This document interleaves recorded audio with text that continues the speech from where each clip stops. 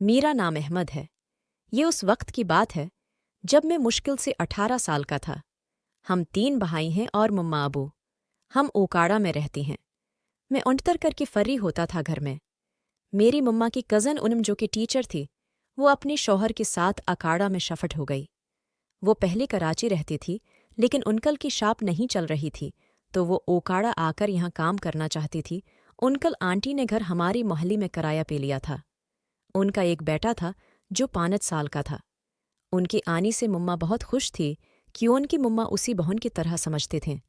खैर उन्होंने हमारे घर आना जाना शुरू कर दिया। आंटी बहुत जल्द हम सब में घल मिल गईं और मेरे साथ सबसे फरी थें क्योंकि निया नहीं हूँ। वो टीचिंग करती रही थीं और मैं भी अंतर करके फरी था।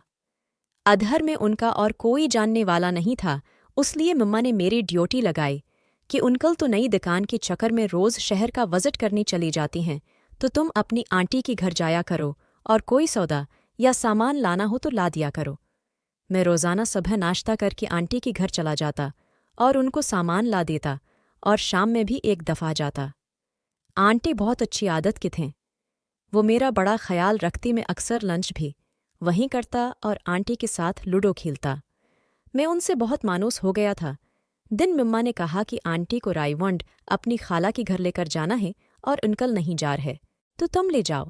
रायवंड ओकाड़ा से 100 किलोमीटर दूर है, उसलिए बस में जाना था। अगले दिन मैं आंटी और उनकी बच्ची को लेकर बस अड्डे पे आया। प्लान ये था कि वहाँ 2 दिन रहना है और मैं भी अपनी खाला को मिल लूँगा और फिर आंटी को लेकर वापस आ जाऊँगा।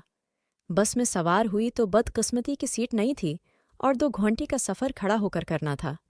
खैर उनकी इल्म और मैं बस में खड़ी हो गई और उनकी बेटी को एक सीट वाली अम्मा ने अपनी गोद में बैठा लिया। ज्यों-ज्यों बस चलती जा रही थी, हर स्टॉप के बाद रश बढ़ रहा था। आधी घंटे बाद हाल ये था कि पूरी बस फुल रश की वजह से भर चुकी थी। अब मुसाफिर इतनी थी कि अग दूसरे के साथ टच हो रही थे। मेरी और उनकी आगे भी बहुत लोग थी और बहुत से लेडीज़ भी खड़ी थे।